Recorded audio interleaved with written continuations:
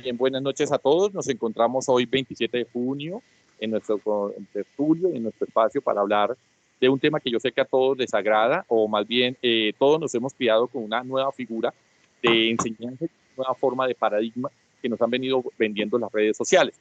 Como ha sido nuestra tradición más o menos desde hace 3 o 4 semanas, hemos venido hablando de los diferentes esquemas y de las diferentes formas de transmisión de la comunicación.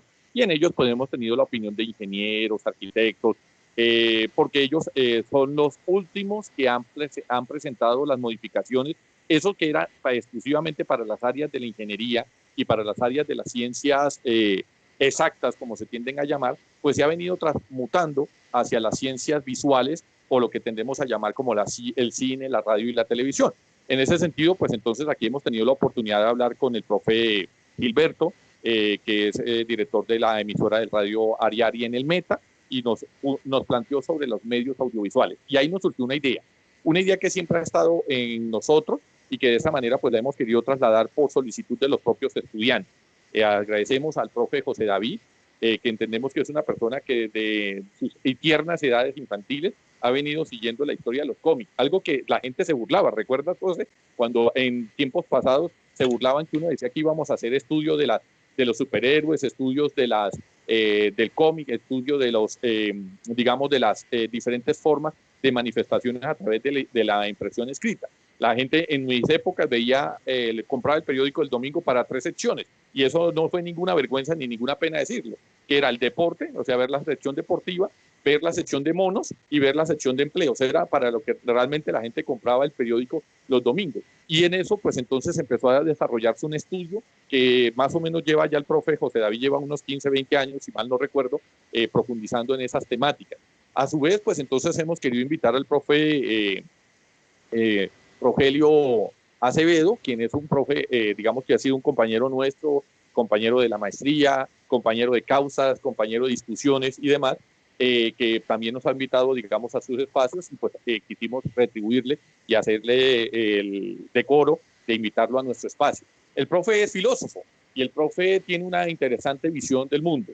En ese sentido, pues entonces él nos va a acompañar, no desde la visión histórica, como de pronto lo podría hacer José David, irnos explicando cada una de las interpretaciones y cada uno de los momentos que ha venido favoreciendo esta industria, sino que además de eso, el profe nos va a hacer una interpretación cómo ha venido ese impacto dentro de la estructura social, cómo se ha traducido ese impacto en la estructura social, en el mecanismo y en el medio social.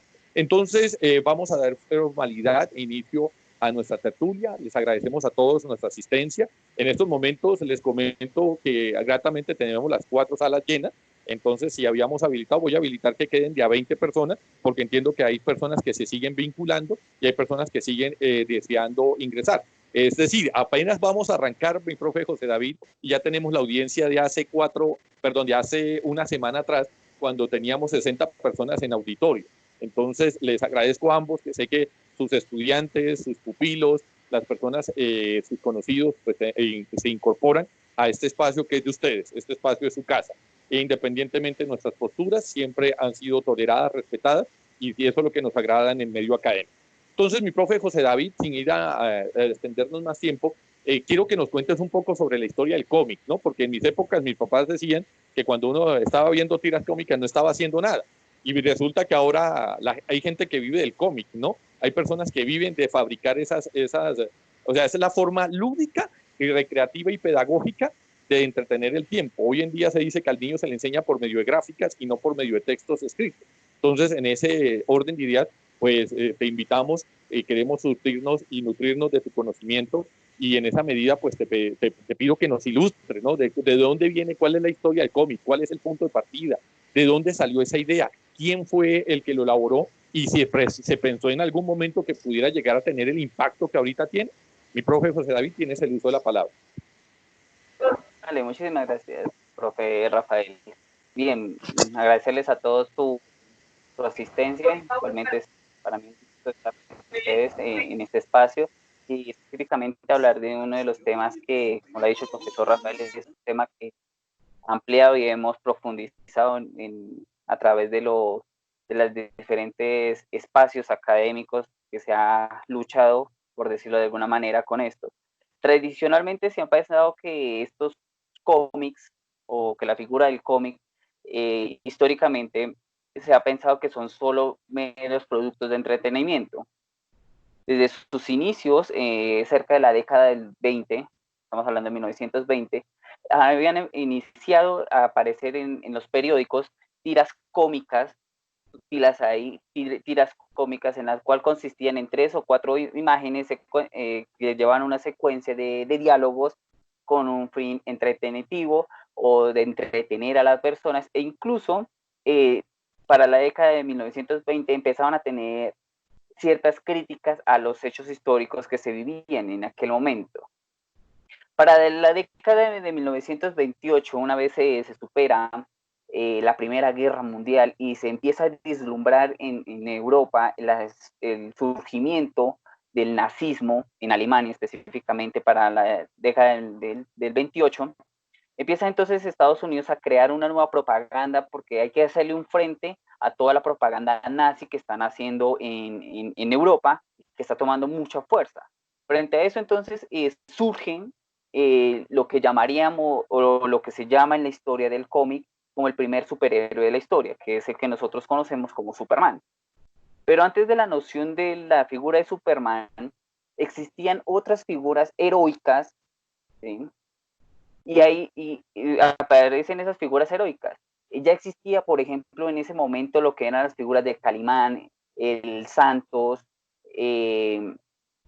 Pantera, no Pantera Negra, sino Pantera, que era el fantasma, e incluso antes de ellos habían ciertas animaciones, los dibujos animados o historietas cómicas en las cuales se radicaban, por ejemplo, a las figuras de los militares. Entre ellos se destaca, por ejemplo, G.I. Joe, Los Halcones, bueno, en otra serie de historietas. Pero ¿qué nace acá y cómo se rompe este elemento importante acá en la historia de los cómics? Cuando nace la figura de Superman, empieza a hablarse del superhéroe. Ya no se habla, o se deja de lado, mejor, se deja de lado la figura del héroe y empezamos a hablar desde el 1928 al 2020, hoy en día, a hablar de la figura del superhéroe, ¿sí? Y ahí nos surge la pregunta interesante de qué es un superhéroe. ¿Cómo diferenciamos un superhéroe de una persona normal? Estas figuras del superhéroe y todas estas figuras que se van a suceder a posterior de la década de 1928 inician con la construcción de unos arquetipos sociales o de unas estructuras sociales. En la mitología griega existían entonces la figura de los dioses, los héroes, los semidioses, los titanes, que ¿cuál era la función de estas figuras? Era representar los valores culturales, históricos que se tenían que tener para esa década. No es en vano que las figuras de los superhéroes estén cambiando constantemente. No es el Superman que nosotros leemos hoy en día, que nosotros vemos en el cine hoy en día, no es el mismo Superman que encontramos en la década de 1928.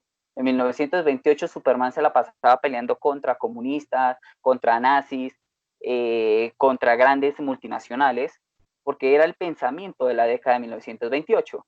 En 1928 veíamos a Batman peleando contra gángster, contra mafiosos, ahí lo mirábamos, ¿sí?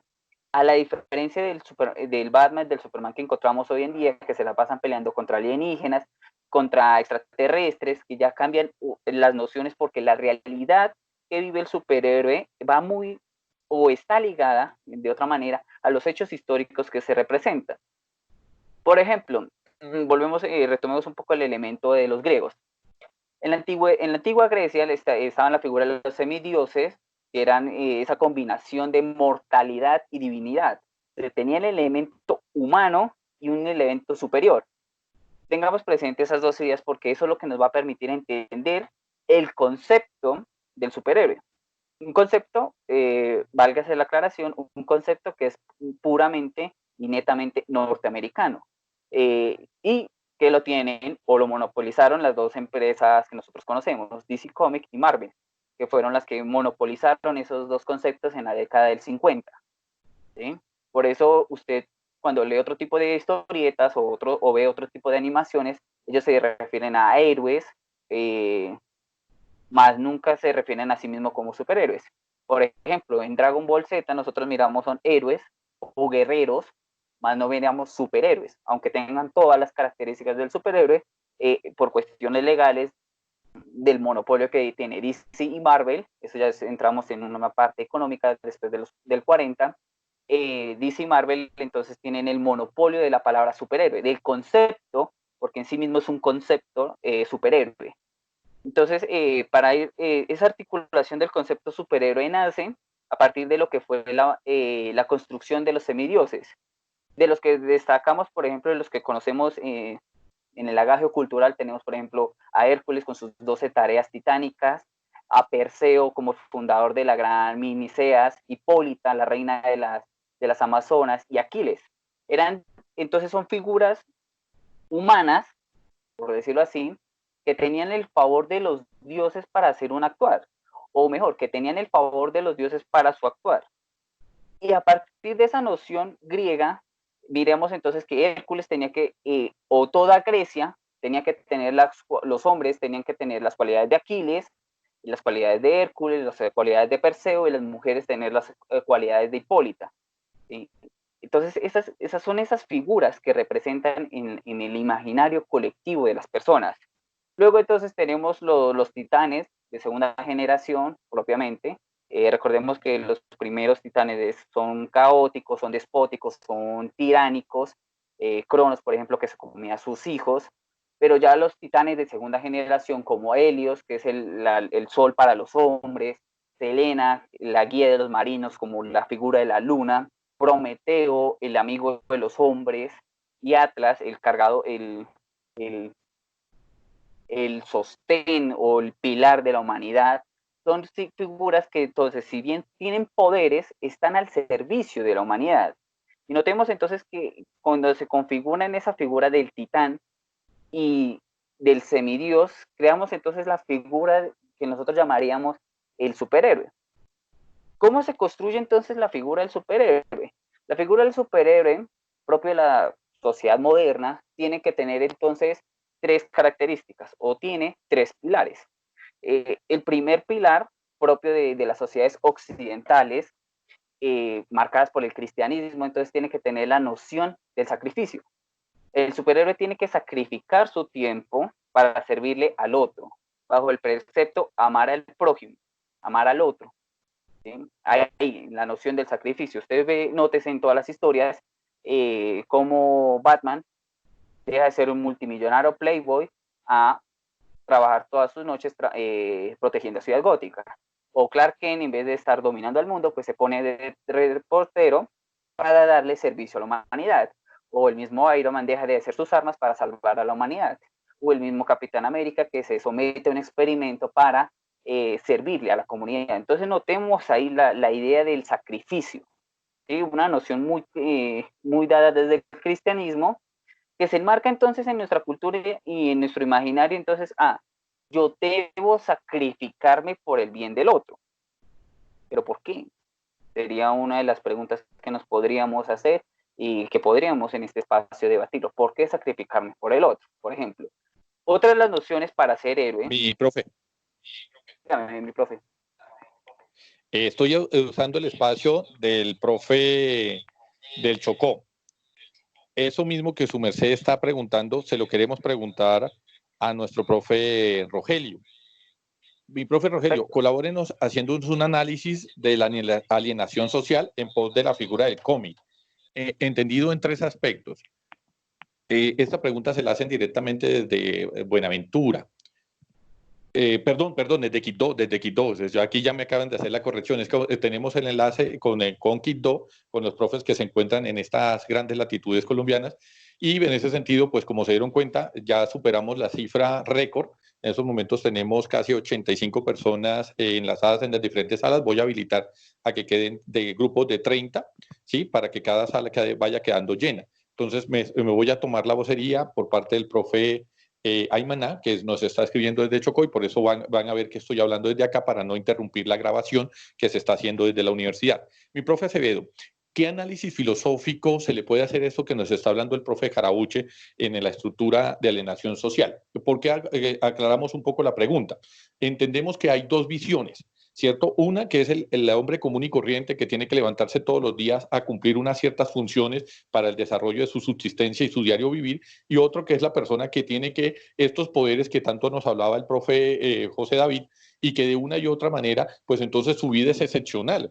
Es excepcional no solamente porque tiene superpoderes, sino además de eso porque su vida no es igual a los demás. Nunca vemos a Superman pagando impuestos, nunca vemos a Batman yendo a pagar la matrícula del carro, nunca vemos a Batichica entonces participando en un concurso de popularidad ni ese tipo de cosas. Entonces, en ese sentido, le estamos vendiendo una estructura de pensamiento a este tipo de sociedades que nos interesa a nosotros que usted, que es el conocedor del tema, nos desarrolle, porque se vende dos nociones. Por ejemplo, uno viendo Ackman, la estructura es que el señor es un ladrón redimido que hace lo posible para reconfortarse o para reinsertarse a la vida social para solicitud y beneplácito de su familia. En ese sentido, pues entonces, más allá del mensaje de que es una persona que puede llegar a cambiar, se está mandando ese mensaje que ser delincuente no es tan malo como nos los vendieron en los 50 o dentro de los 40, sino que inclusive alterar la norma en pos de una causa superior, pues parece que está lícito. Y con eso podemos justificar las invasiones a la privacidad. Imagínense Superman que tiene rayos X viendo entonces la ropa interior de los hombres o mujeres dependiendo de su género sexual. O imagínense Batman entonces pasándole con un tanque por encima de uno porque es que no le puede coger el semáforo en rojo y no sé qué más. Entonces, en ese sentido, se está vendiendo otra percepción o nos da la sensación de que se está justificando los abusos de autoridad que estamos viendo actualmente. Mi profe Rogelio Acevedo.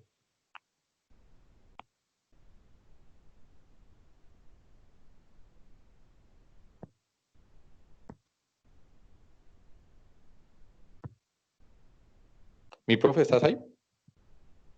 Sí, te veo enlazado, pero no te vemos con sonido.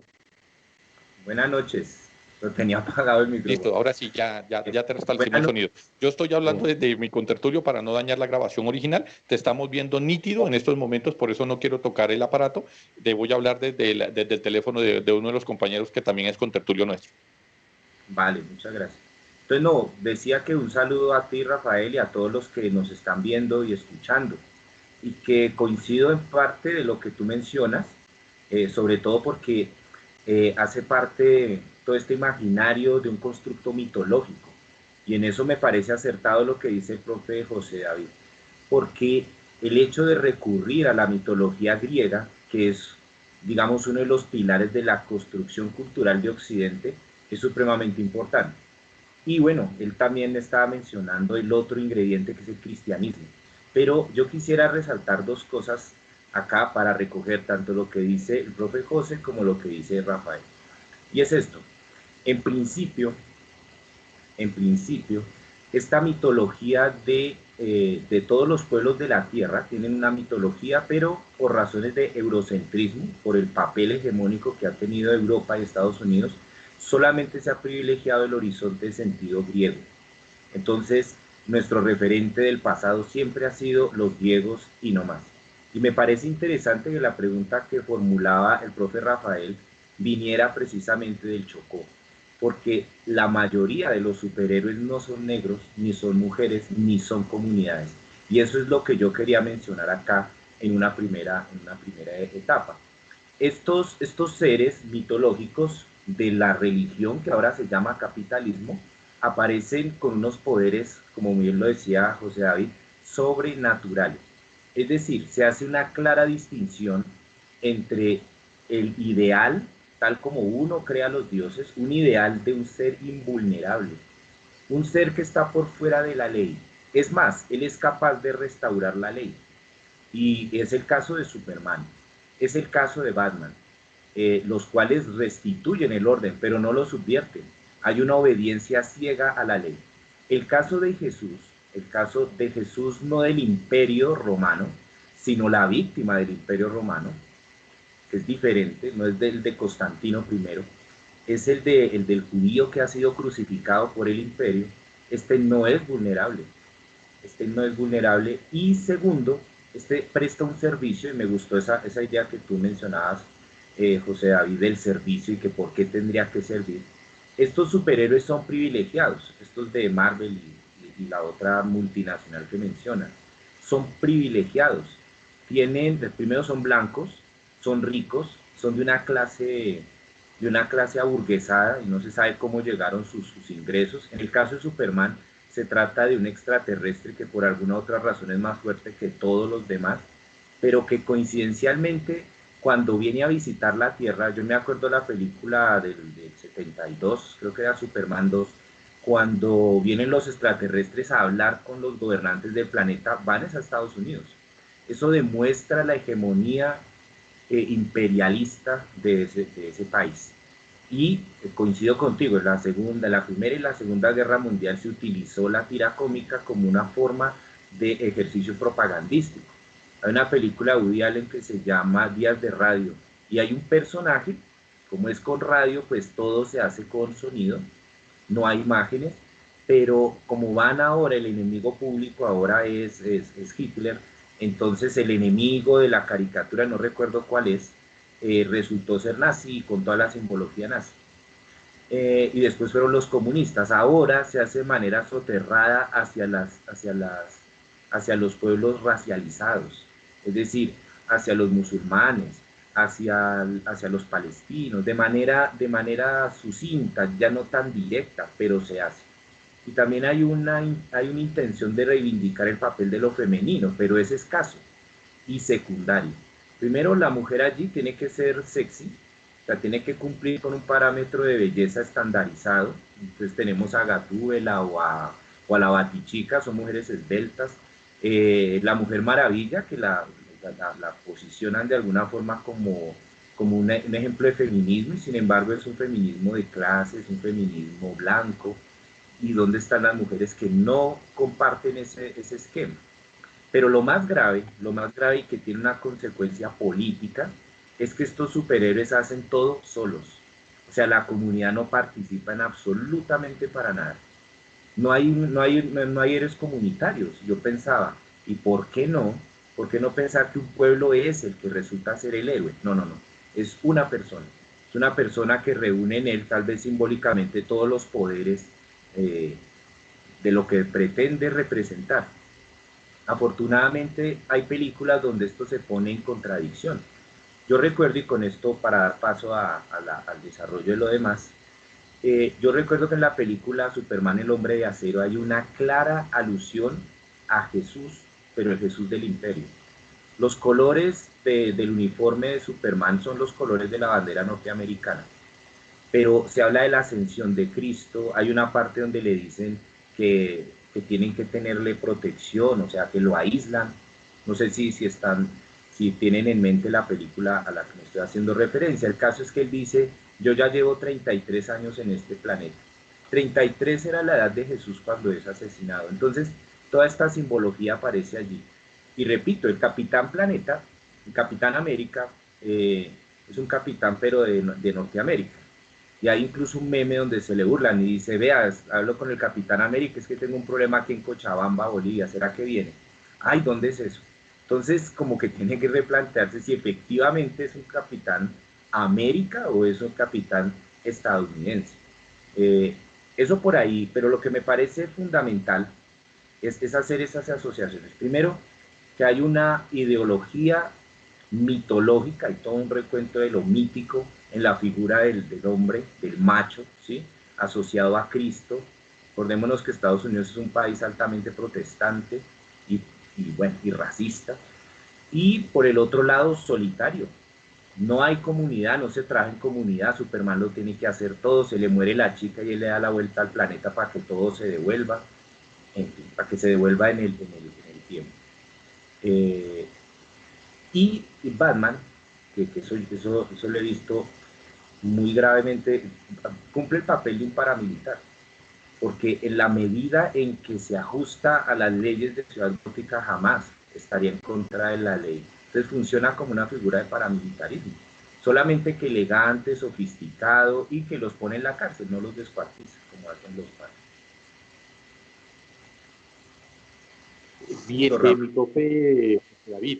Y mi profe José David, tocando el punto que está tocando el profe, justamente nos surge esas figuras que se han mencionado. Por ejemplo, las interpretaciones de Superman, de Batman, Aquaman, la Mujer Maravilla, ¿cierto? En los contextos actuales se está vendiendo una forma de pensamiento.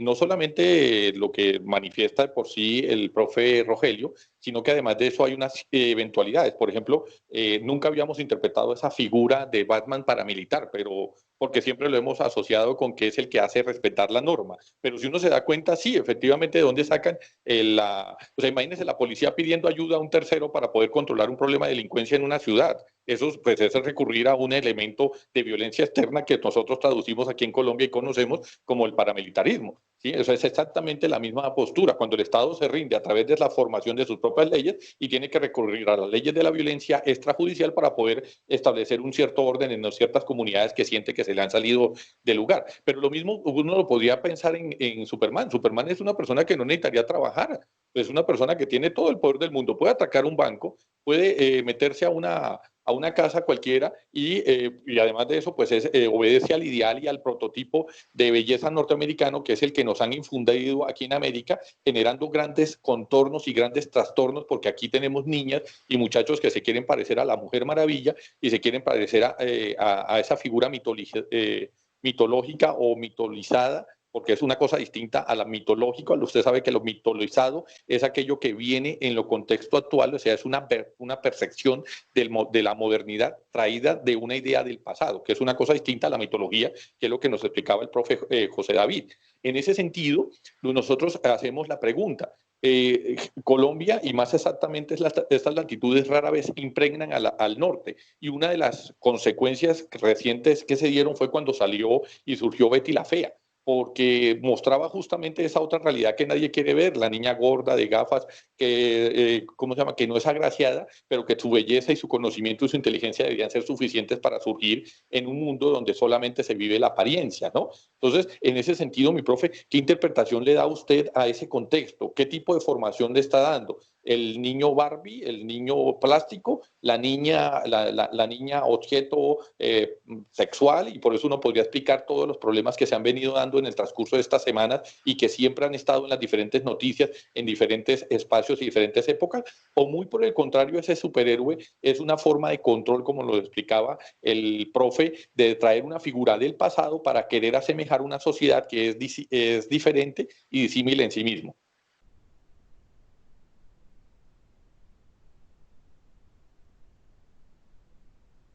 Mi profe José David. Disculpen, estaba hablando ya sin el micrófono apagado. Tenía el micrófono acá apagado. Frente a eso, Latinoamérica ha generado un tipo de resistencia producto propio de la decolonialidad que se ha marcado desde los 80 en Latinoamérica. Y es curioso que dentro de las figuras heroicas o dentro del mismo o dentro de la misma figura del superhéroe entre a jugar un personaje tan conocido en Latinoamérica que es una crítica y a la vez es un proceso de resistencia y sonaría un poco, y es el término, una reivindicación hacia lo que es el latinoamericano. ¿Y a qué personaje me refiero? Uno conocido por todos, por su nobleza, por su gran corazón, que es el Chapulín Colorado. Notemos acá la figura del Chapulín Colorado que nace, como le estaba exponiendo el profe, en resistencia a las figuras hegemónicas que existían ya en la década del 80, las figuras de los superhéroes. Acá la figura del Chapulín Colorado es toda una crítica precisamente al superhéroe norteamericano. Y notemos que existe el superhéroe norteamericano más allá del superhéroe europeo. ¿Sí? Entonces ahí funciona también una dualidad hegemónica de realmente quién es el que manda acá. Uno de los datos curiosos que uno observa en el transcurso de la historia de los cómics es que cada vez que se hace una referencia al presidente de Rusia, tiene que ser aprobado por los rusos para poder comercializarse. En la última historieta que sacaron de Superman, aparece la figura de Putin, porque está haciendo toda una resistencia, porque también en Rusia existen superhéroes, lo que pasa es que no son tan comercializados como los norteamericanos. En la historieta tuvieron que sacar la autorización de pedirle a Putin que si autorizaban su imagen, así sea en una tira cómica diciendo 2, 3 diálogos, tuvieron que modificar el guión y todo para que pues fuera acorde con lo que Putin quería. Y ahí notamos entonces que se siente ahí esa tensión de la Guerra Fría, de bueno, todavía sigue un choque entre Rusia y Estados Unidos. Pero bueno, retomando un poco la medida del Chapulín Colorado, por ejemplo, el Chapulín Colorado en todo su ser heroico, y vamos acá, ¿qué se entiende por un ser heroico? Entonces, desde lo humano, llamémoslo así, el hacer heroico entonces es detener a los criminales, arriesgar su vida y su integridad a raíz de los demás, como lo exponía el profe. ¿Qué heroico tiene entonces Superman detener a un criminal si le disparan, las balas le va a rebotar? Pero notemos entonces ahí la crítica que entra a ser la figura de Chapulín Colorado. Chapulín Colorado se muestra a sí mismo un hombre que llega y temblando, le dice, no, ¿qué le pasa? No, es que el suelo está temblando, pero no, tranquilo, es parte. Toda la sátira chistosa del Chapulín Colorado gira en torno a esa crítica y esa reivindicación de lo latinoamericano, de aceptar su humanidad, que es por ejemplo una de las críticas que uno le puede hacer a los superhéroes, que dejan de lado su humanidad, ¿sí?, al servicio de un bien mayor. Y obviamente este bien mayor siempre tiene que ser en pro del desarrollo del Estado o en pro del, del bien común. Y en últimas, resulta en el ejercicio de la norma. Si la ley lo permite, es legal el actuar del superhéroe o no. Pero el Chapulín Colorado se nota ahí como un elemento de resistencia a esto, porque lo vemos ahí entrando, enfrentándose a criminales con miedo. No tiene un gran aparato tecnológico como si lo tiene Batman, no tiene una cantidad de artilugios, no tiene un chapulín móvil, no tiene nada de eso, escasamente una chicharra y el chipote chillón. De amenazantes dentro de su lógica no es, porque la idea del chapulín no es acabar con el otro, sino reformarlo, a diferencia que lo tiene el superhéroe norteamericano, que es acabarlo y destruirlo a raíz de cualquier cosa. El Chapulín Colorado tiene otras nociones, otro pensamiento. Mientras que la figura del superhéroe norteamericano, por ejemplo, pongamos el caso de Hulk, siempre tiene que mostrarse grande. Entre más grande el desafío, el villano, más grande tiene que ser el superhéroe. El superhéroe en ningún momento tiene que reducirse. El Chapulín Colorado, para enfrentarse a sus problemáticas, en vez de hacerse más grande, más fuerte, se reduce al tamaño, ¿sí? Notemos entonces estos elementos.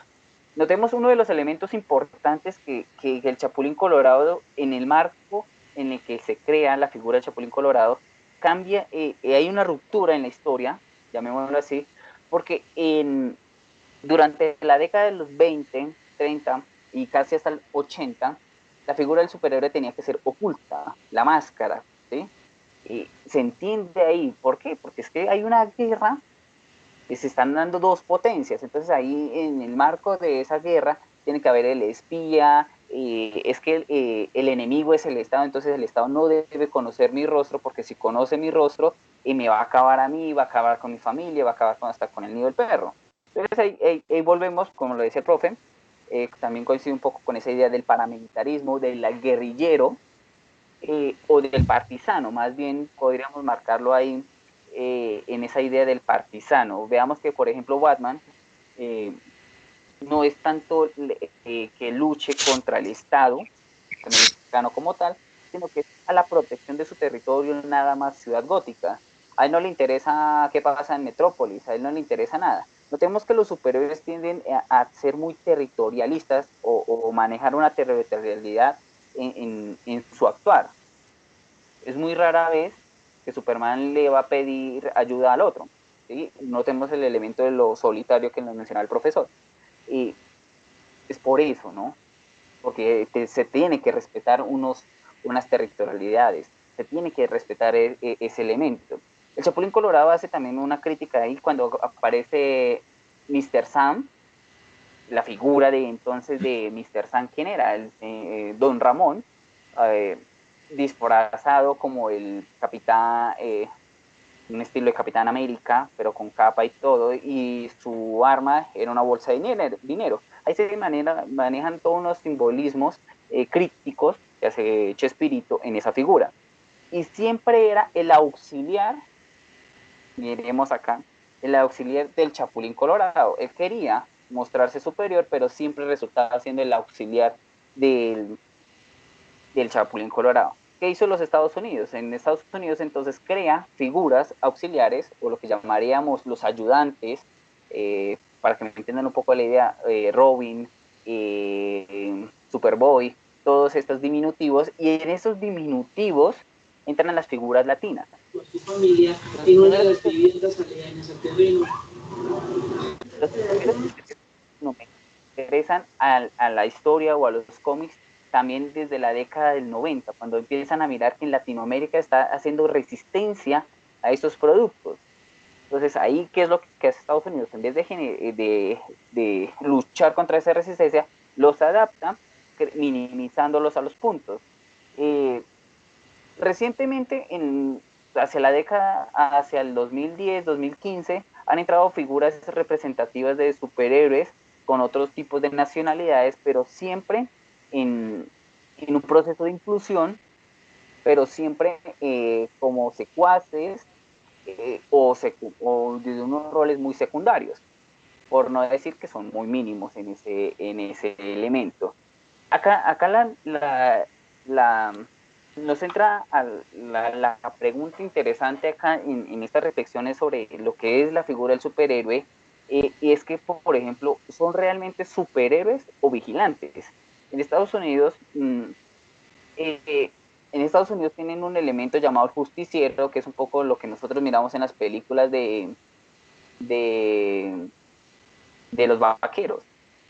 El forajido que llega, comete sus crímenes, pero cualquiera de la sociedad se puede tomar la justicia. ¿Hasta qué punto es legal eso y hasta qué punto no? Se genera entonces esos mismos. Los mismos cómics son críticos de los cómics. Uno de sus más grandes críticos es el famoso Alan Moore, que ha tenido una serie de cómics interesantes de los que se han llevado a las producciones, de las que nosotros conocemos con mayor agrado, es B de Venganza. ¿Sí? La figura de B de Venganza es todo lo que representa el héroe y de lo que debería, el ideal de lo que debería de ser un héroe. Una figura entonces que si bien se puede marcar hoy en día como una figura terrorista, la figura del héroe entonces se debe entender como esa persona que no va en torno al sacrificio, que tiene que ir en torno al sacrificio. Vemos que B de Venganza se sacrifica a sí mismo, deja a su amor, a esta muchacha, para ir a acabar contra el Estado inglés, romper la estructura del Estado inglés, pero vemos que B de Venganza rompe con la estructura tradicional del héroe, que es estar a favor del Estado, como Superman, Batman y todos los demás. B de Venganza rompe con esa estructura. Y a partir de eso surgen otras figuras en lo que nosotros vamos a conocer hoy en día como el antihéroe, que es lo que nosotros vamos a ver muy, muy en el fondo. ¿Qué realmente es esa figura del antihéroe? Pues son personas que sencillamente no cumplen, en el sentido estricto, de algunos de los elementos, no tienen esa virtud de la disciplina, los vemos que toman, fuman, no promueven unos ideales sanos, pero vemos que están al servicio de la comunidad. Entonces ahí entran esas dualidades que se marcan en esta posmodernidad, o incluso en esta época contemporánea. Resaltemos, por ejemplo, otro de los superhéroes latinoamericanos, propiamente creado en su contexto, que fue, por ejemplo, la figura de Calimán. Calimán, ¿quién era? Entonces, era este personaje que luchaba precisamente por la protección del medio ambiente, por la protección de su territorio, pero que era mal visto a los ojos de los norteamericanos. Ahí se generan entonces esas dualidades. Uno de los personajes que surgió, por ejemplo, en Perú, y que eran muy pocos conocidos y que hay una discusión legal si de esta figura Marvel copió para crear otro personaje que fue lo que nosotros conoceríamos como el Águila Solitaria. Eso es un cómic muy viejo, esto es casi de los 80, pero es la misma figura de Falcon o el Hombre Halcón. Ahí veramos eso. Un hombre que habla con los animales, que se entiende con los animales, pero que en sí mismo representa todo un ideal cultural, haciéndole resistencia a una hegemonía marcada en estos personajes. Mi profe. Lo escucho, profe. Lo que pasa es que por razones de tiempo le voy a ceder ese espacio para que su merced me amplíe la respuesta, pero en 15 minutos cuando el profe Rogelio nos conteste varias preguntas que aquí han surgido en el chat. Mi profe Rogelio, tenemos a la profe, perdón, tenemos a la directora de medios de la Universidad de AFIP, y pues está interesada, digamos, en el comentario que usted hacía, y en ese sentido, pues ella se hace la siguiente pregunta. Cuando hablamos de las formas de imperialismo, ¿cierto? Normalmente se deducen que son formas transmitidas a través de la economía, a través de los sistemas militares. Sin embargo, a ella le parecía curioso que su merced hablaba sobre esa forma de dominación cultural y social en las diferentes latitudes, y especialmente la que a nosotros nos interesa, que es América Latina. De esa manera, nuestros estudiantes y nuestra población dejó de vestirse en sus maneras tradicionales para convertirse y quererse asemejar a la formación norteamericana, como si el modelo norteamericano fuera el mejor modelo de vida.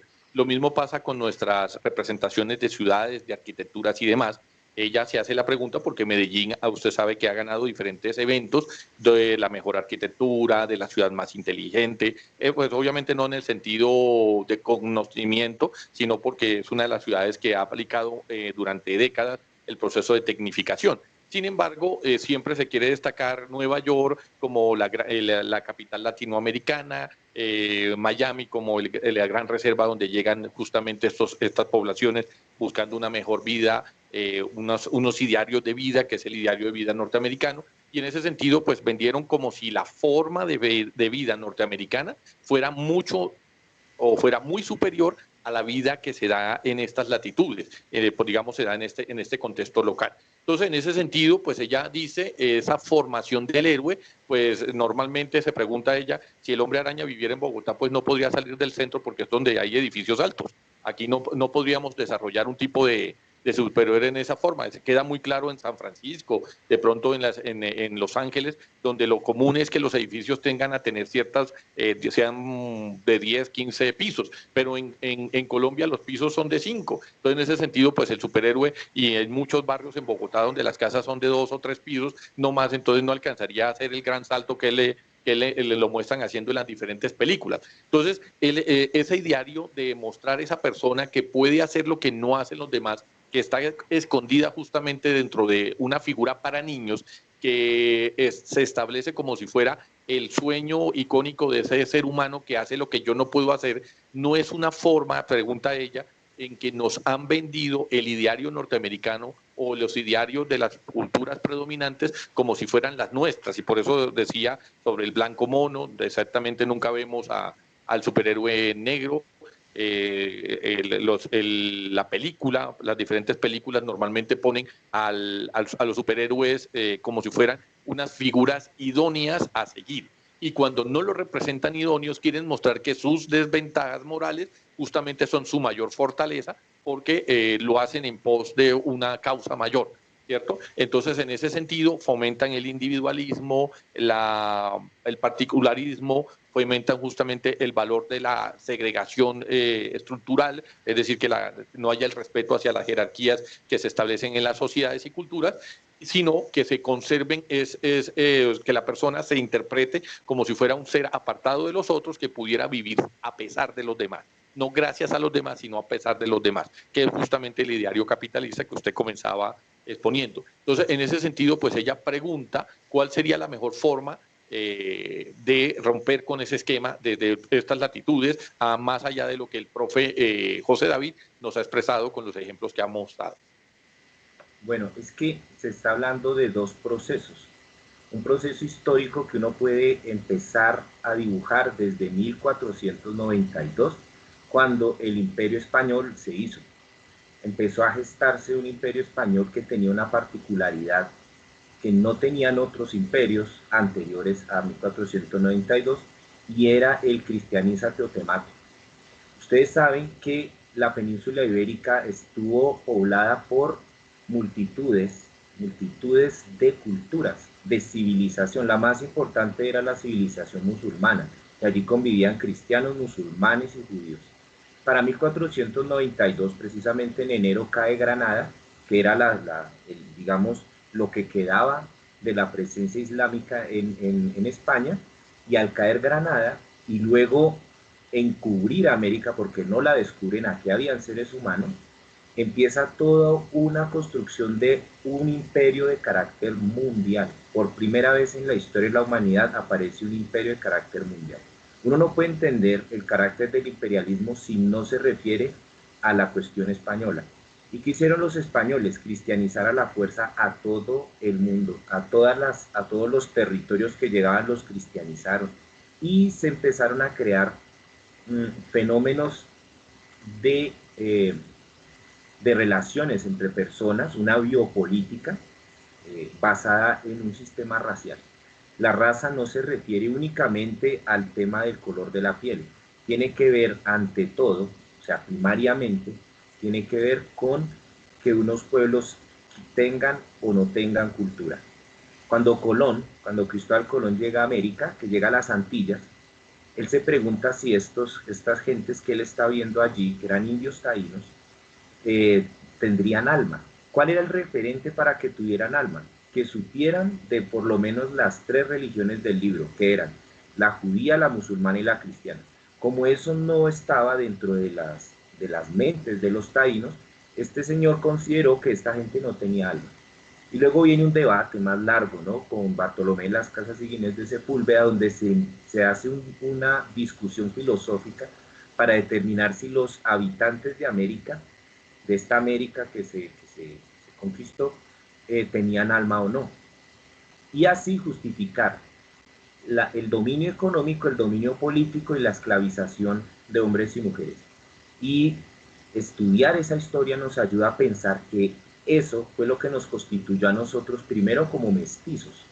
Y esta idea del coloniaje, porque nosotros somos hijos de la colonialidad, del colonizaje, el primer colonizaje, luego va a romperse cuando los procesos independentistas de América Latina, que son tardíos, estamos hablando de comienzos del siglo XIX, y el último que fue el de México en 1910.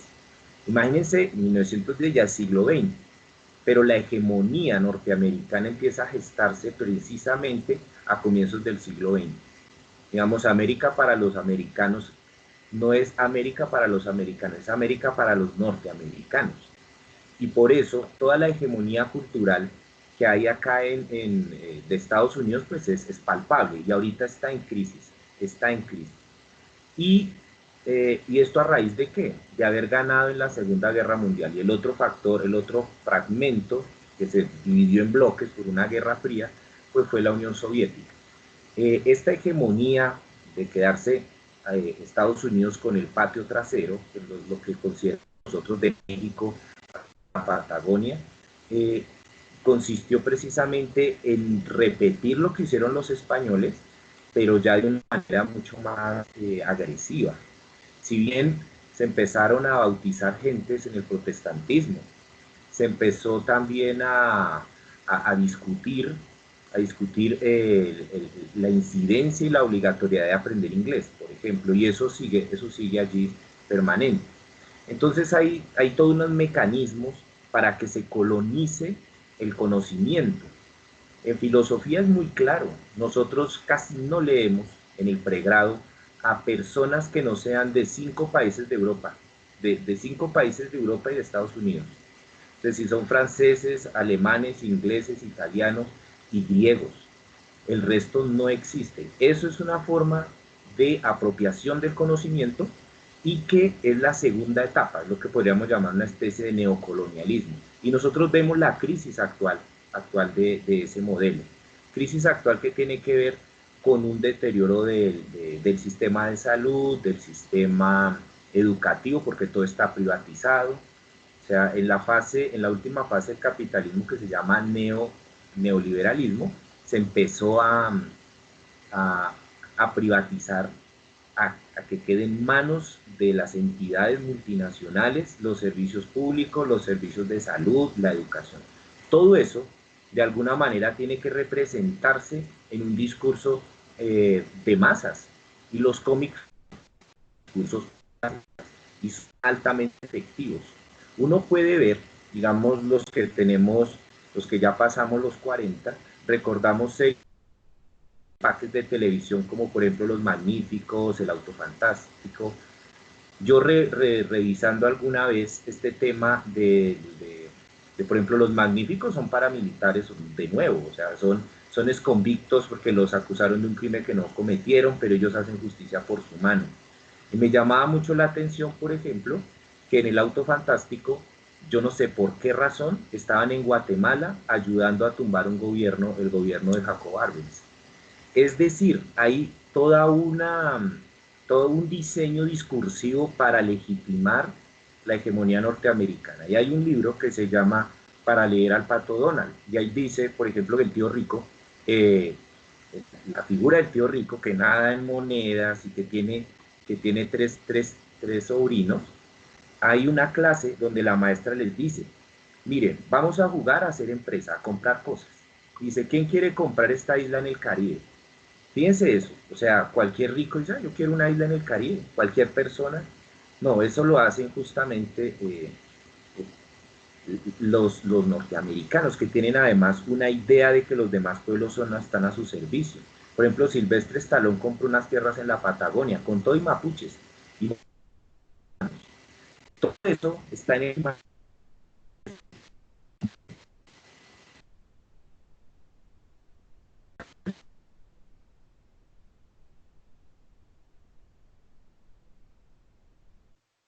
Mi profe Rogelio,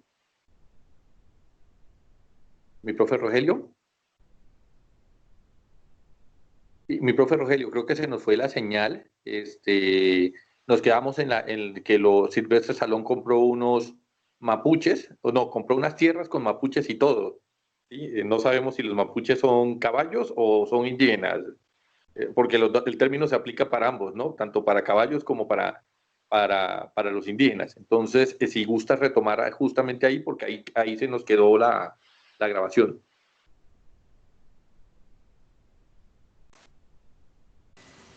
Se hacían trasplantes de córnea. Entonces, todo esto para resumir muchas cosas y darle paso también a los otros. Mi profe Rogelio, es que se nos quedó en la parte de los mapuches, se quedó el audio en la parte de los mapuches y se nos fue en ese momento, entonces quedamos cruciados en que pues, Silvestre Stallone compró caballos indígenas o cómo fue la cosa. Compró unas tierras que originalmente son de los pueblos mapuche. Y ustedes saben que los mapuche, los pueblos de la Guajira, que en Colombia, pues no pertenecen al territorio del Estado, sino un territorio ancestral.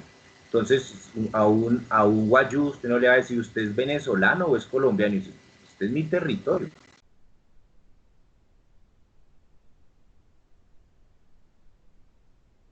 Mi profe se nos fue otra vez, perdóneme la interrupción.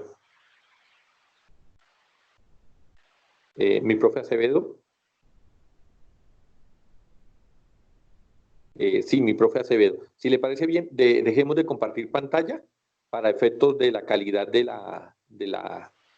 no, profe José David, usted sí se queda en pantalla, pero para efectos del profesor Acevedo, si le parece, dejemos de compartir pantalla para optimizar la señal y no se le vuelva a caer.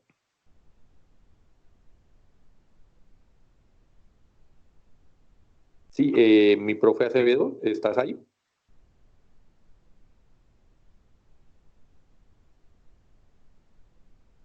Bien, parece que tenemos dificultades con el profe Acevedo. Mientras el profe Acevedo vuelve y se enlaza, José David, hay una pregunta en sala que tiene que ver justamente con ese diario bueno que estabas hablando tú, ¿cierto? Y el diario de bueno que estaba hablando el profe Acevedo. Porque pues el diario de bueno puede ser muchas cosas, ¿no? O sea, uno ve 60 segundos y el bueno es el que sabe robar autos. Uno ve algunos tiras, algunas o propiedades. Mi profe Acevedo ya se enlató, qué bien, le agradecemos mucho. Estábamos intentando contactarlo nuevamente. Nos quedamos en la parte del indígena, y ya iba a pasar a la siguiente pregunta, pero nos interesa que su merced termine su idea. Hagamos de cuenta esa parte, yo la voy a editar, hagamos de cuenta que se quedó en la parte de que Silvestre Salón compró unos mapuches. No, todavía no entendemos qué fue lo que compró y cómo lo compró y dónde estaría el título de propiedad, pero para efectos de la sala, ahí quedamos y ahí podemos hacer el corte para Luigi, márcame el minuto, porfa, de aquí en adelante, o sea, yo voy a guardar silencio, desde ese momento en adelante vuelve otra vez, retomamos la idea y cortamos de aquí hacia atrás. Sí, bueno, eso está registrado. Digamos, mucha gente, muchos de los magnates, los famosos compran tierras en América o en el mundo y se las apropian, son islas. El último escándalo por pedofilia habla de un magnate que tenía una isla en el Caribe. O sea, eso es pan comido, eso lo hacen constantemente, independientemente de los pueblos originarios que estén ahí. Resulta que yo hacía alusión a eso porque en un libro que se llama Para leer al Pato Donald, que lo escriben unos chilenos, no recuerdo ahorita los nombres, pero es un texto viejo y hace alusión a las cómicas, a las tiras cómicas, y cómo en este popular Tío Rico se hace como si nada, como si las tierras estuvieran solas, igualito que cuando Colón describió a la reina Isabel y a Fernando de Aragón, cuáles eran las tierras que habían conquistado, ¿sí? O sea, sin seres humanos, y esa deshumanización es la que resulta problemática. Bueno, dice el tema, eso lo escuché y luego lo corroboré, busqué por ahí, y este actor compró unas tierras en el sur de Argentina, y ese territorio ancestral, que no es ni Argentina ni es Chile, es un territorio de los mapuches. Los mapuches es un pueblo antiquísimo, muy, muy antiguo, y resulta que él compró esas tierras independientemente de la gente que estuviese ahí. Esa mentalidad tan abstracta de pensar que la Tierra es independientemente de la gente, se puede reflejar en Superman. Fíjense, Superman es un huérfano. Superman es de un planeta que, pues, se destruyó, es un inmigrante. Y sin embargo a él no le ponen un muro para que no entre. Él viene como un salvador. Un salvador. Y esa idea del salvador, del Cristo redentor, pues cala muy bien en nuestro imaginario por ser cristianos culturales. Nosotros cada vez, digamos, el pueblo católico cristiano tiene en la imagen de Jesús a un salvador, alguien que limpia los pecados, ¿sí? Jesús, Superman pareciese eso. Y estaba mencionando también el tema de los eunucos. Un eunuco es aquel que no puede reproducirse. Y me llama la atención que casi todos estos superhéroes pues no tienen pareja. O sea, yo no veo que haya un matrimonio. Yo últimamente sí vi una familia de superhéroes y yo dije, ah, bueno, está la familia. Pero es la familia monogámica, heteronormativa, ¿sí? Nunca veremos, yo me imagino, una familia de superhéroes gays, ¿no? El caso es que generalmente hay como una especie de sacerdocio en estos superhéroes. ¿Mm? Batman no tiene una esposa. El Hombre Araña viene un capítulo en la película, y una parte donde él está enamorado de una chica y por su servicio a la humanidad pues no se compromete con ella. Superman anda enamorado de una chica pero nunca se concreta nada. Eso a mí me llama la atención porque psicológicamente es como que no están al servicio, pues es como un soldado, no sé, y esa idea, y volviendo a la pregunta que hacía la profesora, digamos, nosotros tenemos empapados esos códigos porque constantemente nos están bombardeando con eso. Y sin embargo, tenemos un arraigo cultural mucho más fuerte que son las comunidades campesinas nuestras, que a pesar de que uno vaya y vea una película de esas, cuando uno va a la tierrita, como se dice en Boyacá, uno recuerda que todo es comunitario y que las palabras de la abuela tienen más sabiduría aún.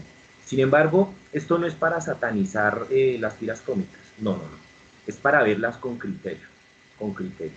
Yo quiero ver este de Black Panther, porque seguramente hay una alusión a, no sé si es así Black Panther, pero los Panteras Negras era un movimiento por los derechos.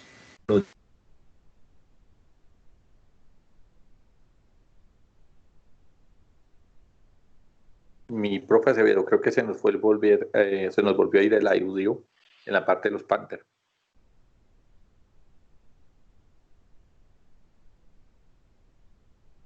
Mi profe Acevedo, creo que se nos fue el audio en la parte de los Panthers.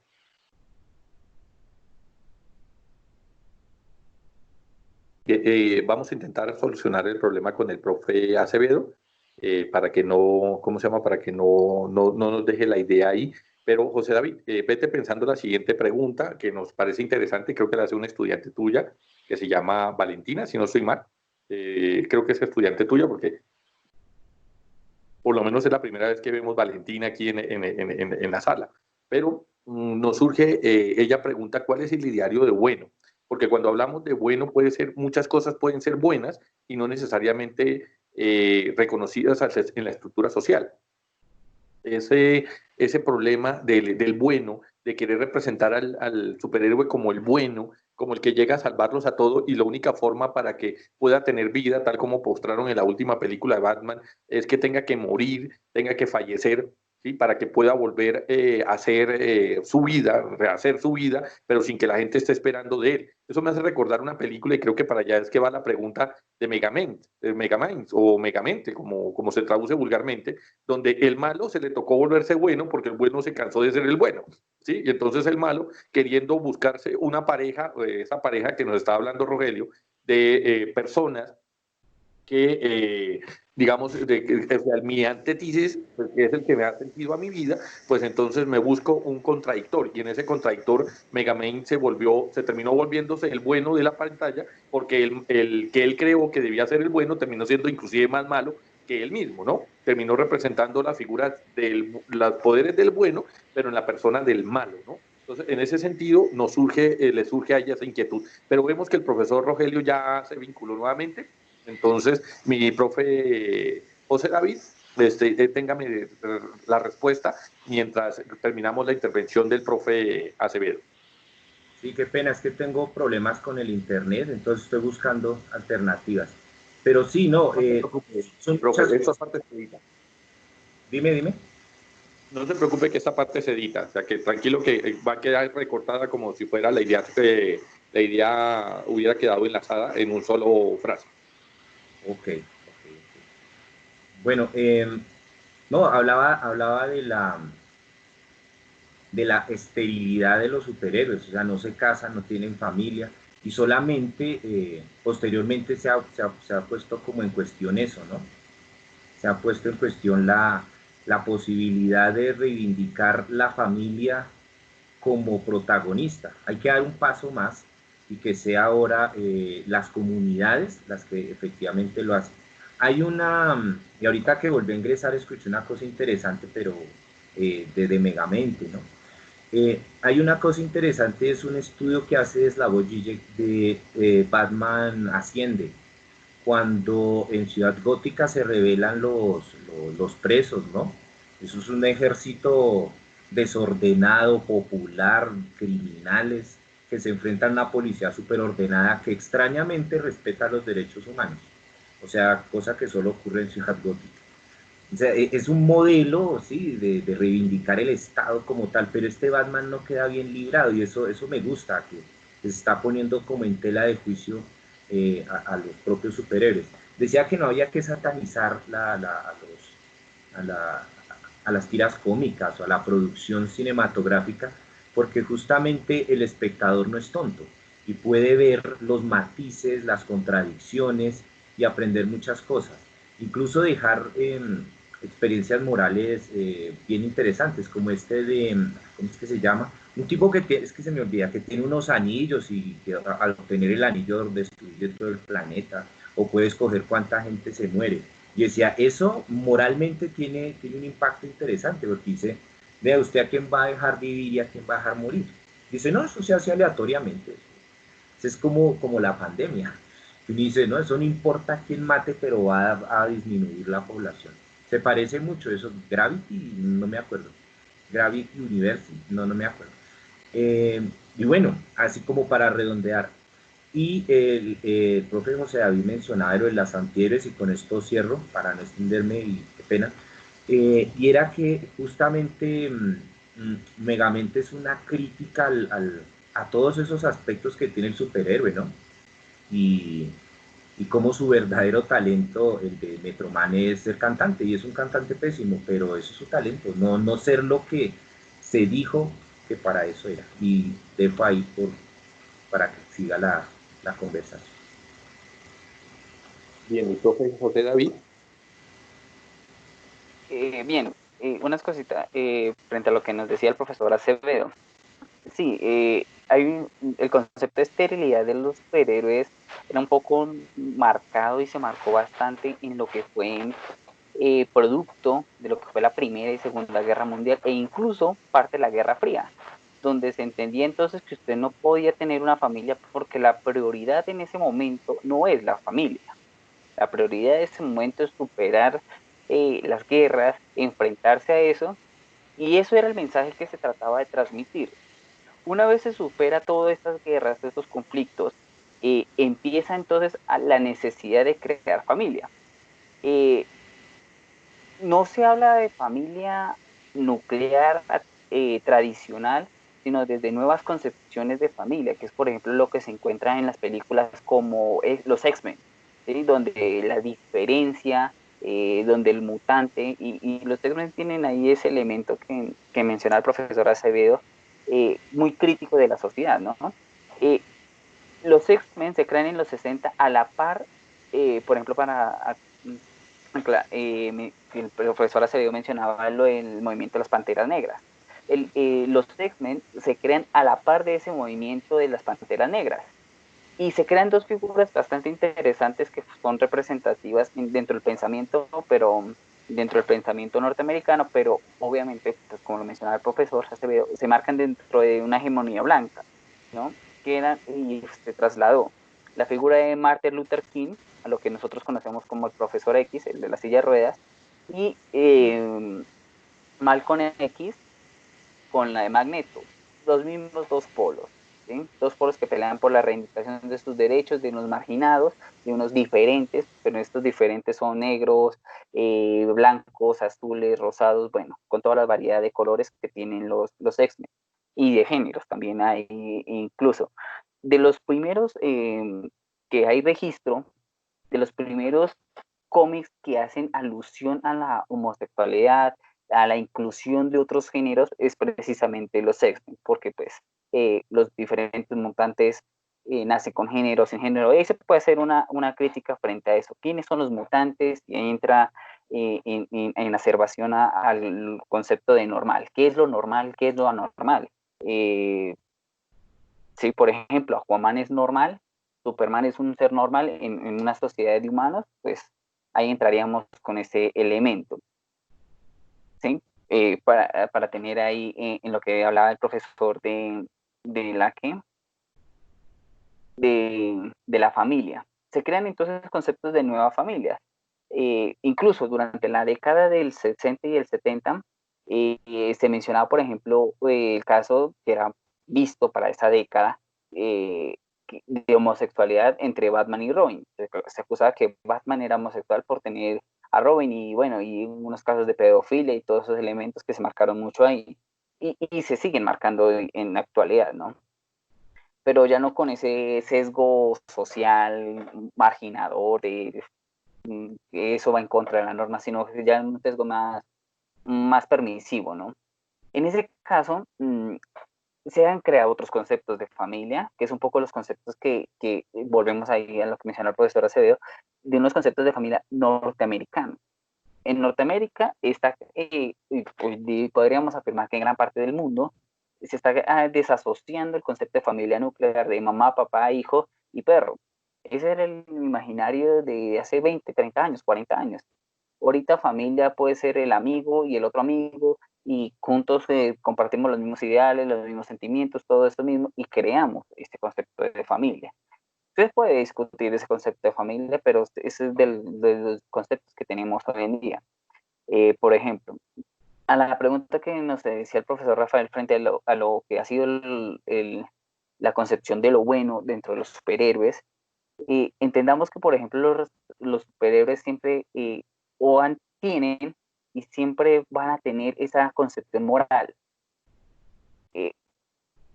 Y aquí vamos a mirar que es una moral muy marcada en lo que hemos estado hablando, marcada en lo que ha sido el cristianismo. ¿Sí? Primero, una moral puramente cristiana. Segunda, una moral al servicio del otro. ¿Sí? Y una moral del sacrificio. A partir de eso, entonces, se generan estas grandes cuestiones que están en las tramas de los superhéroes, en mirar al ser humano, que lo que tiene que enfrentarse y cómo debería actuar el ser humano frente a ciertas situaciones. Pongamos el caso que tienen los latinos, por ejemplo, que tenemos muy marcados por el cristianismo. Frente a una situación particular, nosotros nos preguntamos, ¿qué haría Jesús? ¿Sí? Si yo veo un acto de injusticia, bueno, ¿qué haría Jesús? Nos representamos entonces en estos superhéroes, nos representamos esas cuestiones morales que encontramos en la sociedad. ¿Qué haría Batman si encontrara esta situación moral? ¿Qué haría Superman en esta situación? ¿Qué haría Julano? ¿Qué haría Sutano? Porque son estos grandes referentes morales que tenemos en la actualidad.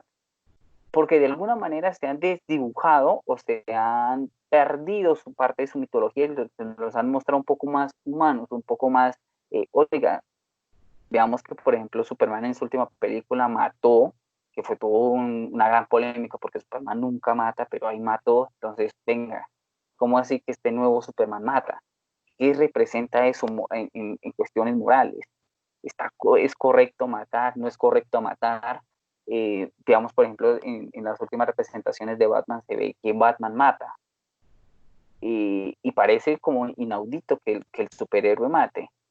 ¿Por qué? Porque es que hay unas concepciones morales cristianas que nos dicen, no, dentro de los mandamientos, no matar. ¿Sí?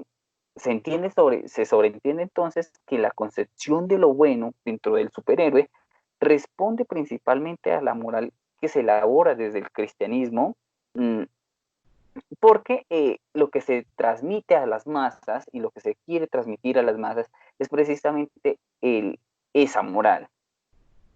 ¿Sí? E incluso el espectador, nosotros, podemos empezar a hacer un ejercicio muy crítico de ahí, de decir, oiga, ¿por qué no mata entonces Batman al Guasón? Matando a uno puede salvar a miles de personas. Y ahí entramos en esos dilemas morales, entramos en un dilema moral en que, venga, ¿por qué no sería mejor matar uno para salvar a miles, por ejemplo? Y empiezan a jugarse esos elementos de moralidad en ese caso, ¿no? Divinamente uno podría decir, no, porque Superman no se nombra autogobernante del mundo, porque Superman tiene que trabajar como reportero, si tiene todos los poderes, ¿sí? Ay, pero como se juega en el juicio moral, en el actuar moral, en la elaboración de la moral, nos dice entonces que Superman tiene que hacer lo que la moral dicta, lo que el deber dicta, lo que los principios que se le han enseñado dictan. Y notemos que, por ejemplo, dentro de las historias estos grandes superhéroes provienen de una familia donde se le dice, no, eso no se hace, no robe, no mate, sí, eso está mal. Y siempre que vemos que el superhéroe tiene ese conflicto moral, si debe o no hacerlo, recurre entonces precisamente a la figura paterna o materna, dependiendo las versiones, donde soluciona esas cuestiones morales de lo que supuestamente sería bueno o malo. Y ahí entra una paradoja interesante, por ejemplo, el uso de la violencia. ¿Hasta qué punto la violencia es buena en el actuar del superhéroe? ¿Sí? Por ejemplo, o hasta qué punto la definición de villano y la construcción de villano es buena. Notemos que, por ejemplo, en las historias de los superhéroes, el superhéroe siempre se muestra perfecto, sin cicatrices, sin heridas, y el villano siempre tiene alguna deformidad. Notemos, por ejemplo, el pingüino chiquito, gordito, como si estas cualidades lo hicieran de una vez malo. Por ejemplo, el Joker tiene una cicatriz, como si la cicatriz lo hiciese usted inmediatamente ser malo. Y así podemos hacer todo un listado de superhéroes o de villanos, donde el superhéroe siempre se nota en su perfección estética como buena, ¿sí? Volvemos a esa perfección estética del referente griego, nos menciona el profesor Acevedo, de eso es bueno, y cualquier imperfecto o anormalidad pasa a ser lo feo, lo malo, ya que estábamos hablando, por ejemplo, de la película Megamente. Megamente, en sus inicios, es el niño azul con la cabeza grande, entonces ya es azul, cabeza grande, váyase con usted ya es malo. Usted es azul, tiene cabeza grande, es malo. Desde el imaginario. ¿Por qué aceptan tanto a Superman? Por ejemplo, ¿por qué nos referenciamos tanto a Superman? Porque Superman de alguna u otra manera se parece a un humano común y corriente. Mientras que hay otros alienígenas que son también superhéroes que son rechazados. Por ejemplo, uno de los casos y que no son tan conocidos, pero dentro de la mitología de los superhéroes tienen los mismos poderes de Superman, hacen lo mismo que Superman, trabajan lo mismo que Superman, pero por el ser verde es marginado, que es el detective marciano. Dentro de las mismas categorías de los superhéroes se marginan por no corresponder a los normativos humanos, y ahí le queda el ejercicio del espectador, del lector, hacer ese ejercicio crítico que nos decía el profesor Acevedo, porque también coincido con él. La idea de los cómics no es ni criticarlos o satanizarlos, ni tampoco alabarlos como lo máximo a la idea que tenemos que llegar, sino mirarlos con un sentido realmente crítico de los mensajes que se nos están transmitiendo dentro de las imágenes. Porque dentro de todos estos logos hay una explicación de ese logo.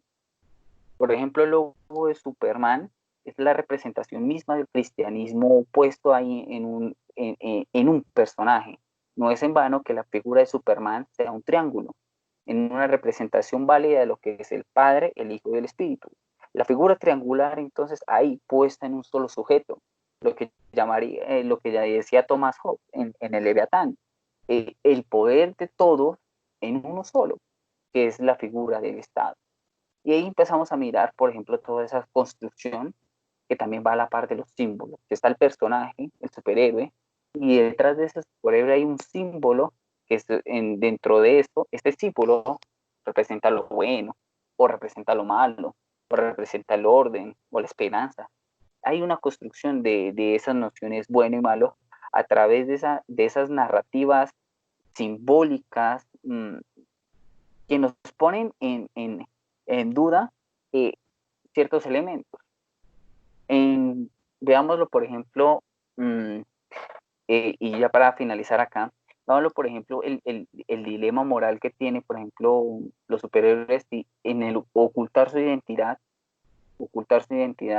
no le están mintiendo a la sociedad misma. Ahí entonces notemos esas paradojas morales que se encuentran en el interior de estos personajes tan conocidos como los superhéroes. Mi profe Acevedo, Jean-Pierre, es un estudiante nuestro, de universitario, que se encuentra en proceso de vinculación, digamos, residencial en Colombia. Pero él, por razones del COVID y demás, está en Haití. A él le quedó sonando la temática que su merced estaba tratando sobre las panteras negras y sobre los, digamos, superhéroes con el prototipo del color de la piel. Y en ese sentido él asocia de que muchas veces, no solamente por la estructura física, sino inclusive por el color de la piel, inmediatamente se clasifica que es malo. En las películas antiguas el chinito siempre era categorizado el malo, por ejemplo en el agente 007, en otros tipos de proyecciones, el latino era como el vago, el temeroso, el gallina, el que no, el que es muy rápido para hablar, pero muy lento para actuar, y así sucesivamente, el que no tiene pantalones, para ponerlo de esa manera. Y pues entonces él asocia también de que muchas de las series, hasta más o menos los 80, 90, había facilitado lo que se entiende como el racismo estructural, porque las personas de color pues eran vistas como los delincuentes, los malos, los vendedores de droga y así sucesivamente en cada una de estas series. O sea, había una tipología cuando la mayoría de las personas que consumen sustancias psicoactivas en los países del norte son personas blancas monas, no son personas afrodescendientes. Pero digamos que en ese sentido él se pregunta por esa concepción de lo malo, ¿sí? Porque entonces pareciera que el malo, bajo esta nueva óptica, no es tan malo, sino que el malo pasa a ser como una especie de nuevo bueno. ¿Sí? O sea, no quedó otra opción, no le dan opción en el sistema formal, le toca desarrollar un sistema paralelo para poder subsistir y en ese sentido él interpreta que es algo bueno. Decía saber su interpretación filosófica, entendiéndose que en la filosofía, cuando nosotros hablamos de lo malo y de lo bueno, es una percepción desde la moral, ¿cierto? Hay unas cosas que contundentemente son malas y eso no lo discutimos, pero hay cosas que se necesitan mayor profundidad y esa mayor profundidad es la interpretación que su merced nos puede brindar en esas figuras icónicas que hemos hecho, en esas traducciones, cuando hemos querido asemejar lo bueno y lo malo como una interpretación cultural y no como una interpretación accionaria del individuo que se desarrolla en esa, digamos, en esa estructura social sin los matices que nos está planteando el profe José David.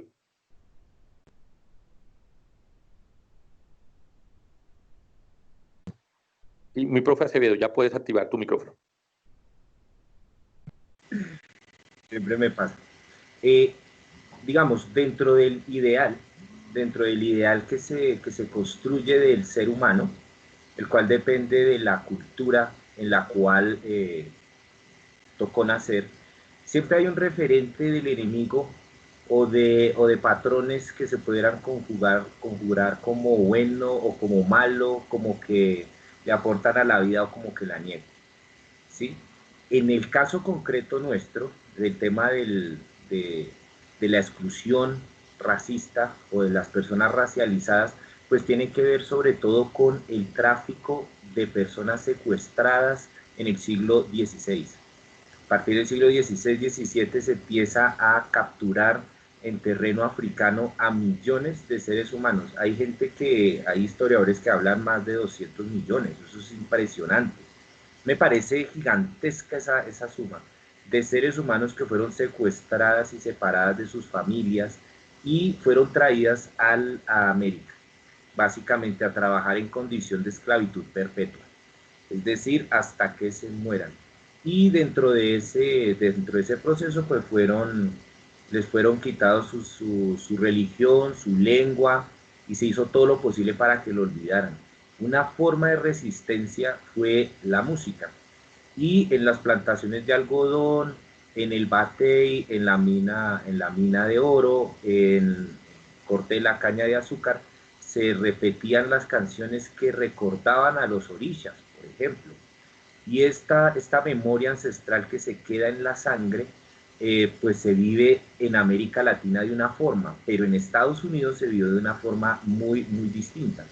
Porque primero allá lo que imperó fue el cristianismo protestante, y en el Mayflower, cuando los pobladores europeos se van hacia Norteamérica, pues casi que no se mezclan con la gente y sí crean un referente racial mucho más fuerte. Entonces toda la zona sur de Estados Unidos, que antecedió a la guerra de secesión, que por eso se dio, racializó a millones de seres humanos, hasta que, bueno, en 1965 empieza a hablarse, pues, estoy poniendo solo una fecha porque es un proceso largo, empieza a hablarse de la defensa de los derechos civiles y que las personas negras tenían los mismos derechos que tienen los blancos, porque se creó una forma de apartheid. Entonces, baños para personas de color y baños para las personas blancas, en esa racialización. En ese contexto, que además fue muy violento porque había la posibilidad de linchar, de matar, de violar a las personas, de dejarlas en un árbol colgadas hasta que se pudrieran y la ley no intervenía. Y entonces ahí ya viene lo filosófico, porque uno dice, claro, se impone una ética de la ley, pero lo que hay que defender es una ética del sujeto, una ética de la carne, una ética que tiene en cuenta las condiciones materiales, las condiciones económicas, las condiciones culturales en las cuales han crecido los seres humanos. En los cómics, ¿qué es lo que sucede? Que el criminal es una fabricación al borde de la ley. O sea, fíjense que el Guasón o el Pingüino o el personaje en cualquiera de estos escenarios no es alguien que esté peleando por comida ni que esté defendiendo sus derechos porque ha sido excluido, no. Es una persona que ha sido caricaturizada, o sea, la caricaturización del criminal es porque es esencialmente malo, porque hay algo perverso, algo que hay algo dañado en su psique. Resulta que así se demonizó a las personas negras en todo el territorio norteamericano y en el territorio donde fueron sometidos a esclavitud. Se le asoció con el diablo, se asoció con la promiscuidad y se satanizó de paso la sexualidad. Entonces, todo el movimiento negro en los años 60, y ya el profe Juan David lo mencionaba, con Malcolm X, por ejemplo. Malcolm X se vuelve musulmán y dice, mire, este apellido que yo tengo me lo puso el dueño de mi mamá, que fue esclava. El mío, no tengo apellido, el mío es X. Y por eso esa X es una incógnita. Es una incógnita, es decir, yo no sé quiénes son realmente. Y se hace musulmán porque en el Islam Dios no tiene rostro. Dios no es una persona, es otra cosa, es innombrable. Entonces, filosóficamente hablando, decimos, la puesta en juego de una ética del sujeto referente a la ley. Dicho de otra manera, pueden haber cosas justas aunque sean ilegales. Pueden cometerse, comillas, delitos aunque sea en nombre de la ley. Y Jesús es un ejemplo de eso. Cuando él cura a una mujer en sábado, el sábado es un día sagrado para los judíos. Y Jesús cura a una mujer en sábado. Y dice, y los fariseos, que era decir como los curitas ahora, dice, oiga, ¿y usted por qué hace eso? Va contra la ley. Dice, la ley se hizo para el hombre, no el hombre para la ley. Y eso es un presupuesto ético, filosófico, basado en la carnalidad. Y por eso tiene sentido, digamos, relativizar este tema cuando uno está viendo una película de estas. Uno dice, pero póngale cuidado que el malo es malo porque, mire, hay todo un contexto histórico que lo ha excluido. Hay toda una situación en la cual su accionar no puede ser juzgado de la misma manera en que se juzgaría el que tiene el privilegio. Es lo que pasa con las reivindicaciones de las mujeres. En el campo del feminismo muchas mujeres son tildadas de feminazis. Dice, usted se está dando cuenta que está abstrayendo al sujeto, lo está poniendo en el nivel de los privilegios, cuando nunca ha sido así. Nosotros los varones no tenemos tanto problema con el acoso como si lo tienen ellas. Entonces cuando ellas se quejan uno dice, ay, pero a uno también le pasa, no, es que no es igual. Entonces lo mismo pasa con las personas racializadas, que por su condición de piel han sido históricamente segregadas y marginadas y se les sigue marginando y maltratando, simbólica y físicamente. Entonces, en ese orden de ideas, filosóficamente diríamos, hay que ver cuál es la ética del sujeto, que tiene en cuenta la historia, los contenidos emocionales de las personas. Y coincido con el profe Juan David en lo que tiene que ver con, con, con los X-Men, porque son los raros, son como, yo no sé si sería una expresión de lo queer en este sentido y cómo se reivindica a aquellos que han sido marginados y perseguidos. Incluso hay un ejército que intenta aniquilarlos y desaparecer. Bueno, por ahí. Bien, una pregunta para ambos y con esto vamos a dando cierre a la presentación del día de hoy. En 5 minutos, digamos, profe José David, ¿cuál sería el impacto real ¿cierto?, que tienen las cómics hoy en día, ¿sí? Porque los debates, por ejemplo, que hemos asistido en este tipo de situaciones tienden a enmarcar que finalmente la gente entiende que esas representaciones imaginarias son buenas para la pantalla. Yo veo una película y no tengo que asemejar que necesariamente eso que veo en la película sea la realidad. Yo no voy a ver a Batman y voy a salir en un carro atropellando personas y demás. Yo regreso a mi mundo real, a mi realidad al día siguiente, y pues en ese sentido se entiende que es solamente entretenimiento, ¿cierto? Más allá de una simple realidad y más allá de que alguna persona, como pasó en Estados Unidos, alguien que se hizo pasar por el Guasón, terminó ejecutando los mismos crímenes que este hacía. Pero digamos que son excepciones a la regla y no la regla en general. Entonces, la crítica que hace de la sociología, y pues aprovechando que hay compañeros aquí que son de las áreas de sociología, es que justamente esa pragmaticidad de querer buscar la responsabilidad de la culpa social es lo que no permite ver justamente las culpas sociales, ¿cierto? O sea, querer responsabilizar que es que en la televisión hay violencia y por eso nuestra sociedad es violenta, cuando realmente la violencia es un producto estructural, genérico, que viene casi desde el proceso de independencia, para no hablar desde el proceso de colonización que ya nos hablaba el profe Acevedo, no nos permite ver que es un proceso que tenemos que superar como sociedad, ¿cierto? Y no buscar responsables, porque podemos eliminar televisión mañana y aún así la población seguirá siendo violenta. Podemos eliminar el WhatsApp mañana y seguiremos generando líneas de incomunicación y así sucesivamente. Entonces, en ese sentido, la pregunta que hacen acá los compañeros, en ese valor histórico que tú nos estás comentando, justamente marcaría pues que la gente va a saber que pues Superman es una caricatura, más allá de lo que se quiera mostrar, ¿cierto? Que ahorita Superman no tiene calzoncillo, fue lo que vimos en la proyección antes y que ahora ya le quitaron hasta el calzoncillo porque anteriormente lo pusieron en una formación moral y ahora ni siquiera lo tiene. Pero la gente entiende que es una película, que es un arte de entretenimiento, y nadie se le ocurrirá que un multimillonario va a salir con un carro a golpear criminales y no sé qué más, como si fuera un agente represor y demás, en el sentido estricto, porque no hace parte de su cosmovisión y no hemos visto ejemplos reales que una persona con ese nivel de poder económico se le ocurra hacer. De pronto poder político, pero de pronto poder económico no, porque siente que no hace parte de su elemento. Ellos preguntan justamente si no se estaría en ese proceso simplificando la situación más que atacando la justa causa de que nosotros somos sociedades que perdimos nuestra identidad.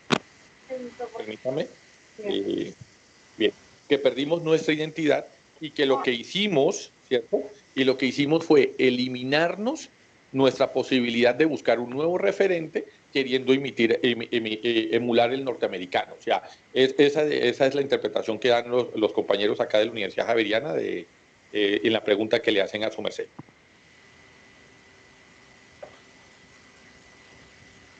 ¿A mí o a José? Si quiere, profe, creo que va para los dos, ¿no? Bueno, sí, va para los dos. El que se sienta más animado en contestar. El que se sienta más animado. Me excusan que ellos me mandaron a mí un texto larguísimo en WhatsApp y me tocó resumirlo para podérselos hacérselos traducir en pregunta, ¿no? Pero digamos que la intención era justamente esa.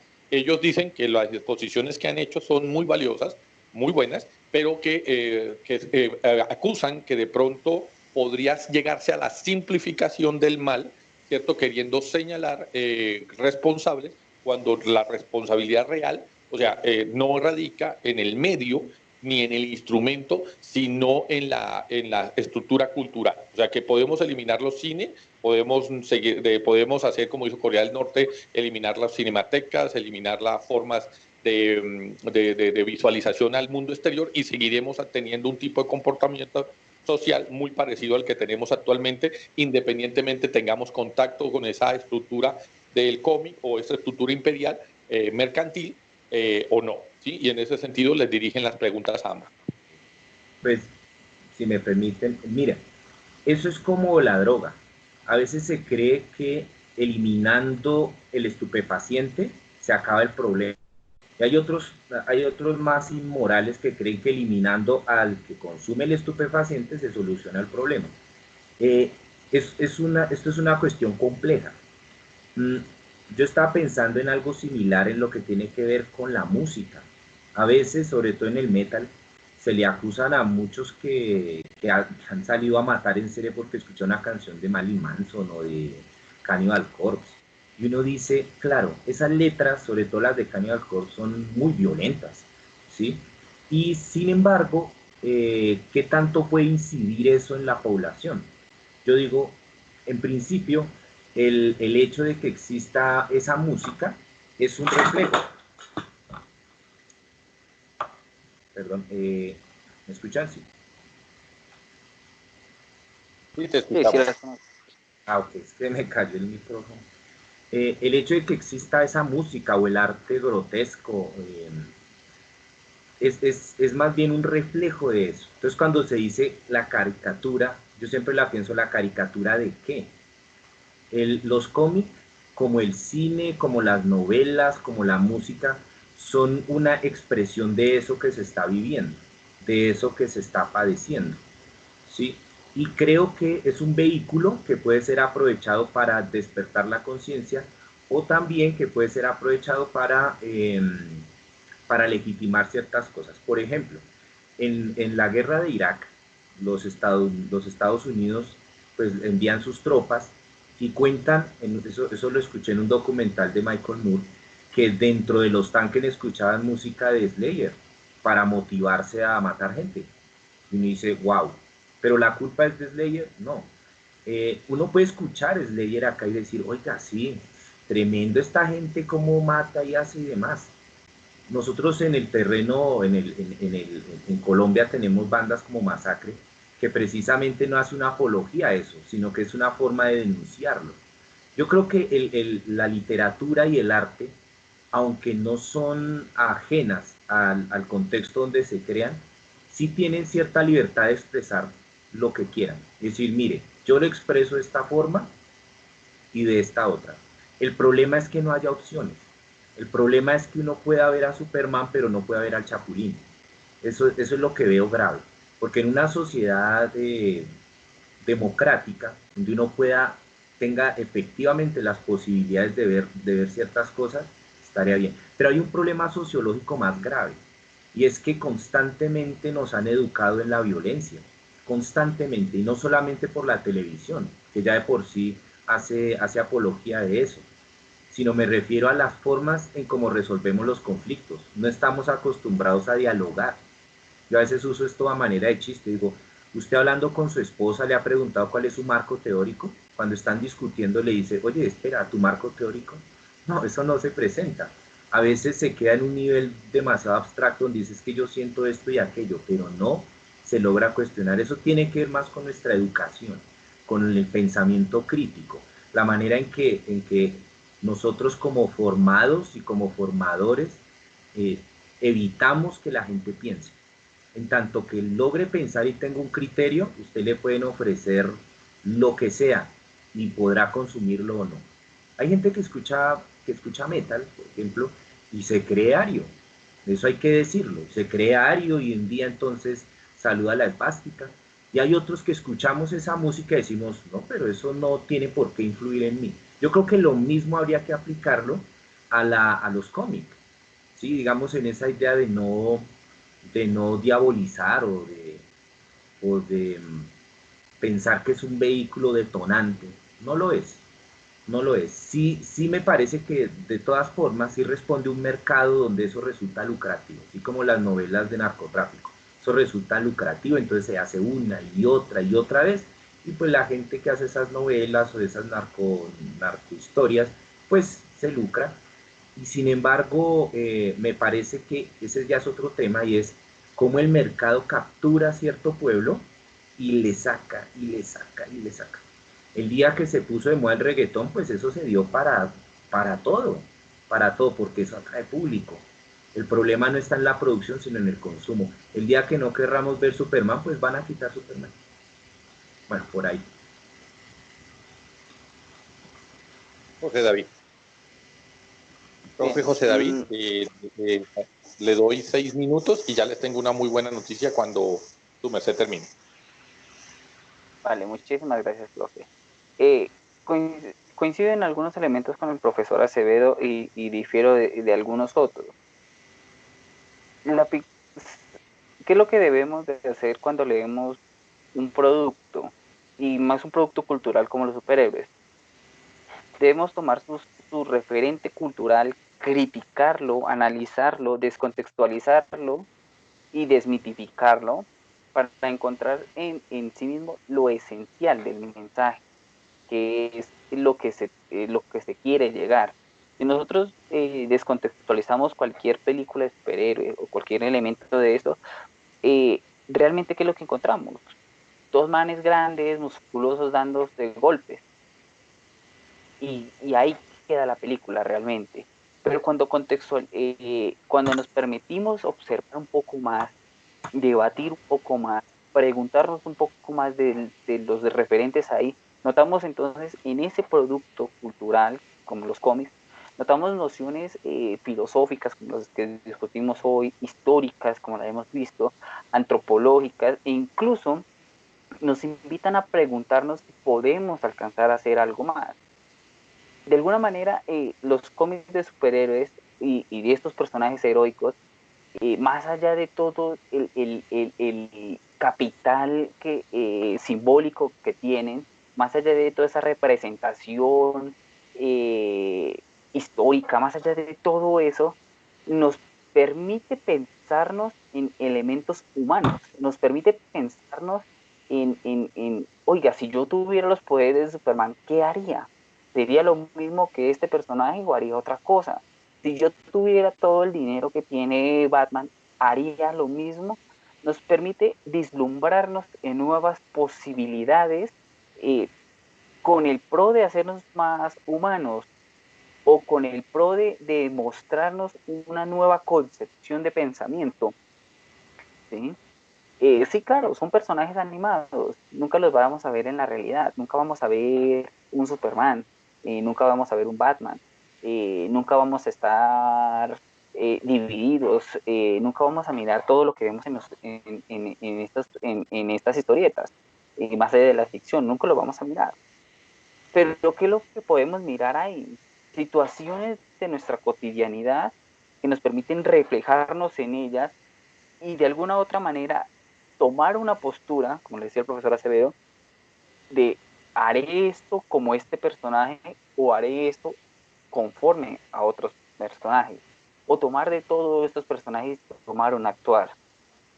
De alguna u otra manera, el impacto que han tenido estos superhéroes y la duración que han tenido estos superhéroes ya van a cumplir 100 años. Superman ya va a cumplir 100 años, está cerca de cumplir los 100 años. De lo que se pensó que iban a fracasar, han tomado fuerza más allá de los elementos comerciales, capitales, neoliberales que hemos visto. Está en sus representaciones o en la invitación a aspirar a algo más. De alguna otra manera, cuando miramos todo lo que hacen estos superhéroes, todo lo que hacen estos, nos invitan a cuestionarnos nuestro sentido y nuestra existencia en el mundo. Y nos invitan a pensar, oiga, no necesito una mayor cantidad de poderes para hacerlo, porque miramos entonces que cualquiera y todos podemos ser héroes. Un bombero es un héroe, un policía es un héroe, un profesor es un héroe, un enfermero es un héroe. Cualquiera entonces puede ser un héroe desde que tenga esa aspiración de serlo. Y ahí es donde estos personajes son tan reconocidos y nos invitan, considero yo, a eso.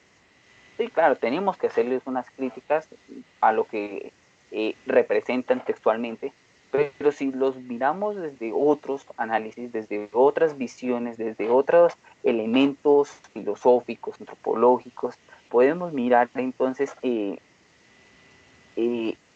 estos, en estas narrativas, podemos mirar unas formas de hacernos un poco más humanos, de buscar y construir unas mejores sociedades, de entender que el otro no es un rival, sino que el otro es parte de lo que yo soy y que me construye en sí mismo. Que no todo es violencia, sino que también hay formas alternativas a la violencia. y creo que finalizaría ahí con eso. Bien, les agradezco a ambos. Las buenas noticias son que varios contertulios, o sea, varios de las personas que nos han acompañado, históricos, han deseado, por ellos encantados de durar toda la noche en estos debates, pero desean hacerles una invitación en general para que nos acompañen dentro de 8 días. Vamos a hacer un tema más ampliado, porque en esta ocasión hablamos fue de los superhéroes y los cómics, porque era la intención de la tertulia y era lo que habíamos pactado. Por eso de pronto no quisimos irnos a otros aspectos. Pero en relación a que definitivamente toca diferentes aristas, ellos quieren hacer las reflexiones desde el campo, desde esa imitación que nosotros tenemos, de esa cultura eurocéntrica que nos hablaba el profe Acevedo, ahora permeada por ese impresionismo norteamericano, y entendido impresionismo no como la forma artística, sino como ese elemento que nos vendieron de la estructura comercial, mercantilizada y demás, de la figura del hombre, la figura de la mujer, y en ese sentido, pues entonces les hacen la invitación para que dentro de 8 días continuemos esta tertulia. Eso en relación a que, si se han podido percatar, llevamos 2 horas, como no lo llevábamos casi desde el inicio de nuestras tertulias, en estas discusiones, y como se pueden percatar, tenemos más o menos unas 105 personas en sala. O sea que el tema ha estado tan bueno y tan interesante que pudiéramos llegar hasta medianoche haciendo estos análisis. Entonces, de parte de nosotros los miembros de la tertulia académica virtual, como ustedes saben, representamos a 5 universidades a nivel nacional. Queremos hacerles extensivas la invitación para que dentro de 8 días estén abordando esas temáticas. Queremos racionalizarlo desde el eurocentrismo de esos filósofos alemanes, para hacerlo un poco más moderno, porque entendemos que la influencia vendría inclusive desde los griegos, inclusive anterior a ellos mismos, pero quisiéramos desde esa influencia de los alemanes, partiendo de mi profe Acevedo, si está de acuerdo, partiendo de esos debates entre Hegel, Schopenhauer, Marx, Engels, Nietzsche y así sucesivamente, hasta nuestra contemporaneidad. Y en el caso de mi profe José David, que es historiador, nos agradaría de esas guerras prusianas que dan origen a estos filósofos y esas interpretaciones y esos análisis dados en medio de las guerras, porque a la gente se le olvida que cuando ellos escriben hay 2 guerras, la guerra externa y la guerra del hambre, porque la guerra trae también conflictos en cómo conseguir la comida, cómo ganarme la vida dignamente y demás, y uno los cree que están en un cuarto echados en una hamaca escribiéndole textos descontextualizados de la realidad de Europa, ¿cierto? En ese sentido quisiéramos entonces compartir desde la misma etapa, pero desde la formación del Estado prusiano, inclusive desde las formaciones de los estados carolingios, ¿cierto? Hasta esa noción de república y esa noción digamos, de la sociedad actual, que supuestamente está cohesionada a través de una serie de estructuras, leyes, organigramas, ramificaciones sociales, ramificaciones culturales, que definitivamente no cuajan en América Latina. Cuaja muy bien para el pensamiento alemán, pero que en el contexto nuestro, lo que nos dijo el profe, la región Caribe tiene una forma de percepción distinta a la andina distinta a la chocuana distinta a la del Amazonas, y así sucesivamente. Entonces, pues primero me dicen que haga la pregunta. Entonces, mi profe Acevedo estaría de acuerdo en continuar el debate dentro de 8 días. Me gusta. Sí, señor. Cuente conmigo. Bueno, y mi profe José David, ¿podemos también contar con su merced para dentro de 8 días? Sí, claro, profe, no hay problema. Mucho gusto, estaremos ahí debatiendo sobre esta formación de esos estados nacionales que llegaron a Latinoamérica, si es que llegaron, ¿no? Sí. Bueno, entonces de parte de nosotros en la tertulia académica virtual, pues les agradecemos bueno, el dato histórico es que llegamos a 150 personas en vacaciones.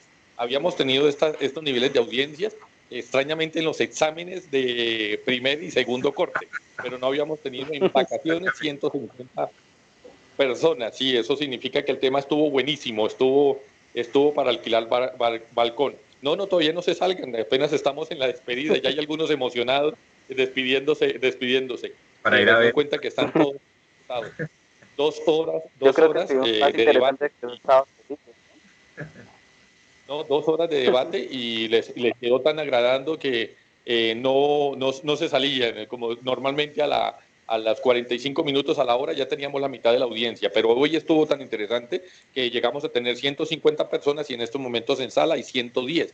O sea que más o menos se han salido unas 30 personas, que entenderíamos que es más por razones de fallas, porque nos estaban pidiendo por WhatsApp que los vinculáramos otra vez, muchas de ellas, y pues algunos pudimos y otros no, y por eso se decidió hacer esta parte. Entonces, de parte de nosotros, les deseamos feliz noche, continuamos dentro de 8 días. No les voy a dar el minuto porque si no nos llegamos hasta las 10 de la noche en la tertulia, pero pues de parte nuestra les agradecemos la invitación, les dejo el espacio para que cada uno de ustedes se despida. Bueno, muchas gracias por la invitación. Disfruté mucho hablar con el profe José y con Rafael. Y nada, estaremos viéndonos de hoy en 8. Igualmente, profe Acevedo, fue un gusto discutir con usted, un gusto tener a usted, profesor Rafael, discutiendo y aclarando algunas dudas. Igualmente a todos los participantes por sus preguntas, sus comentarios. Muchísimas gracias que también permitieron un poco ambientar el debate. Y a todos agradecerles por su asistencia, entendiendo que hoy es sábado, entendiendo también que estamos en vacaciones, como decía el profesor Rafael. Muchísimas gracias entonces, muchachos, por y por acompañarnos en este momento. Bueno, escuchen el eco atrás, que es la grabación. Ya enlazamos otra vez a la audiencia. En ese sentido, pues a todos nuestros contertulios en las diferentes partes, en Chocó, en San Andrés, República Dominicana, Buenos Aires, ya nos volvimos internacionales, mi profe Acevedo y mi profe José David, ya tenemos audiencias programadas. Nos preguntan puntualito los miércoles y de qué se va a hablar este sábado. En ese sentido, pues esta grabación sí, les agradezco mucho a todos. Esta grabación, pues entonces la vamos a compaginar con la de dentro de 8 días para hacer una sola edición. Listo, para efectos de continuar la idea. De parte nuestra, feliz noche a todos y les agradecemos haber participado. Muy gratos de tenerlos aquí en este espacio. Este es su espacio y esperamos que sigamos creciendo en esta gran familia. Que pasen buena noche y hasta luego. Hasta luego. Hasta luego, muchísimas gracias. Feliz noche. Si hay compañeros que se deseen despedir, ya lo pueden hacer para que quede en la grabación, si no doy terminado la presentación.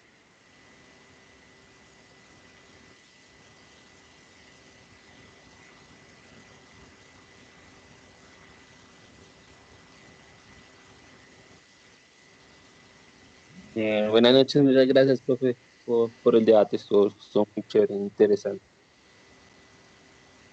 Gracias. Gracias a todos ustedes.